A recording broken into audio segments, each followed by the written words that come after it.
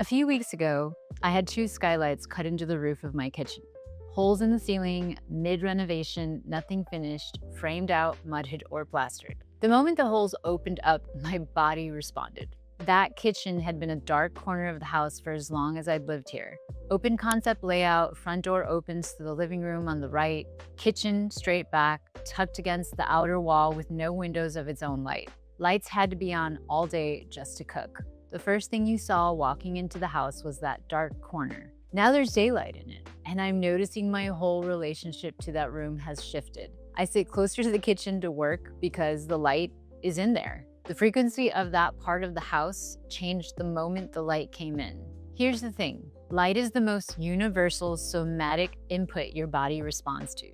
More than texture, more than sound, more than color. Your home is either working with that biology or against it. Your body has been reading light as its primary signal since long before there was language, long before there were clocks. Light tells your nervous system when it's time to wake up, be alert, build, create. And the absence of light tells it the opposite. It's time to wind down. It's time to soften, prepare for rest. This is circadian biology, the system your body uses to track time, not metaphor, actual chemistry. Here's why this matters in your home right now. When morning light hits your eyes, your body releases cortisol, the alert chemistry that makes you feel ready for the day. As the sun moves and dims toward evening, melatonin starts rising in your system, getting you ready to sleep. But this only works if your body is reading real light cues. If you're living in a home that gives you dim, flat light during the day and bright overhead light after dark, you're sending your body the exact opposite signal from what your biology evolved expecting. Your body reads mixed signals. You feel groggy in the morning, wired at night, you blame yourself. It's not you, it's the lighting. So the moment those holes were cut into my roof, it made me feel all kinds of things. I mean, I had been wanting that for a while. It was like one of the pain points of this house when I would first walk in, just seeing the dark kitchen. I did as much as I could to, put under cabinet lighting and just all kinds of accessory lightings, different levels, different layers. And it was just running all day. It lit the kitchen sufficiently, but having natural light is completely different in a space, right? And so now when I'm in the kitchen, I'll be washing dishes and a cloud will be passing by and it'll be changing the lighting in there. And that is fractal complexity, which we've talked about. And I love that. I love that like the light shifts and the clouds play with it. And there's moments of darkness and then the light comes back through. Just having that is just like a living, moving, dynamic part of my kitchen now that wasn't there. So during the day, your body wants real light, not lamplight, doesn't want overhead light. Daylight hitting your eyes, moving through the rooms of your home as the sun moves through the sky. That's what your body wants. Most homes aren't set up to make this easy. You wake up, you open the laptop, sit somewhere with bad light, not because you're doing it wrong, but because the space isn't guiding you toward the light. Your body's wondering why it's morning indoors. The fix isn't necessarily renovation. Skylights aren't always possible. The fix is awareness, knowing where the light is in your home and orienting your time around it. The brightest hour of the day is when you sit by the brightest window. You work there, the light is there. You eat where the light is. You let your body do what it's been trying to do for millennia. I've lived in radically different light environments my whole life. Years near the equator in Bali and in Costa Rica, consistent 12-hour daylight all year, no daylight savings, balanced light. And growing up in Chicago, where in winter it was dark by 3:30 in the afternoon sometimes, months of gray. I rise with the sun, I work with the sun, I go down when it goes down. On a cloudy day, my body says rest. On a sunny day, my body says go. That's not me being special. That's intact biology. Your body is doing the same thing. Most people have just stopped listening. Yeah, so when I lived in Chicago for a while as an adult, I couldn't handle it, honestly. The winters were hard. SAD, seasonal affective disorder, I definitely felt that. So I kind of made it a plan to live my life in a way where every winter I had the opportunity to go somewhere for a month where it's sunny, be it Costa Rica or Mexico.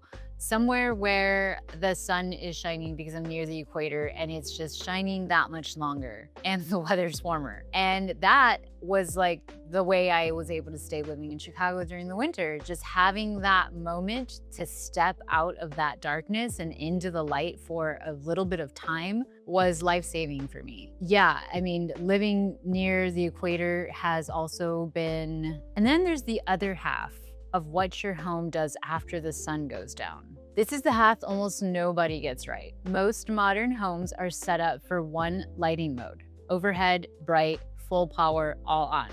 You turn on the switch, boom, all the lights are on. Same in the morning, same after dinner, same at 10 p.m., which means your body is getting daylight level signals at the exact time it's supposed to be winding down. No wonder so many people can't fall asleep. The principles for evening light are different. Warm bulbs over cool ones. Anything labeled 2700 Kelvin or below. The warm amber tone of firelight, not the blue-white of office light. Your body recognizes warm light as evening. Layered lighting at multiple heights, lamps on side tables, floor lamps in corners, sconces on walls. Light should come from low and from the sides, not from one big overhead source. The shift in height shifts what your body reads as the time of day. Dimmers everywhere they can go, so you can pull the level down as the sun goes down. Your home should get darker in step with the world outside. No overhead lights on after sundown unless you absolutely need them. Most evenings, you should be moving through a home lit by lamps, candles, and accent lights, not floodlit from the ceiling. Mirrors as light multipliers, strategically placed to bounce and spread the soft light from your lamps without adding more sources. The goal isn't to live in the dark. The goal is to let your body know what time it is. So in the evenings, and really just kind of throughout the day, I always have accessory lighting on just because I don't like darkly lit corners. So like the bookshelves are all kind of lit because otherwise they would kind of just be dark. And so during the day, those are on. But then as night comes, as it starts getting darker out, I start turning on, dimming down, playing with all the little switches in my house. And it's always funny because between me and my partner, at the end of the night, it's like, okay, can you go turn off all the lights? We kind of both be like, okay, no, it's your turn. Because sometimes it's, this light, that light, little switch here, little switch there. There's, lots of little lighting that we have to adjust, but it's completely worth it to have a calm evening that just kind of lets us get into that mode of rest. It's telling our body, okay, it's time to wind down. It's time to chill, dim the lights. I mean, even if we're like making dinner in the kitchen and it's getting dark out already, I still dim the lights. Even though I like utility lighting in the kitchen, the overhead lights all go dim because I just feel that's the way a house should be set in the evenings in order for the body to fully relax. Your home is in conversation with your body about what time it is. Every light in your home is either telling your body the truth or telling it a lie. And the body responds either way, with the energy at the right times, or with confusion and fatigue at the wrong ones. You don't need a renovation, you don't need new construction, you don't need skylights. You need to look at your lighting honestly, room by room, and ask, is this telling my body the truth about what time it is? Start with the room you spend the most time in. Count how many lights. Count how many overhead lights you use after dark. Then ask, could a lamp do here instead? If the answer is no, you can start changing it today. One lamp at a time, one dimmer at a time, one overhead light you stop using after dark. There's a free tool in the description to help you start reading what your home is actually doing, what frequency it's running, what your body is responding to, and what it might be asking for. The link is below. And subscribe, because every video here builds on this. Your home is a daily conversation with your nervous system, and every conversation can be made more intelligent.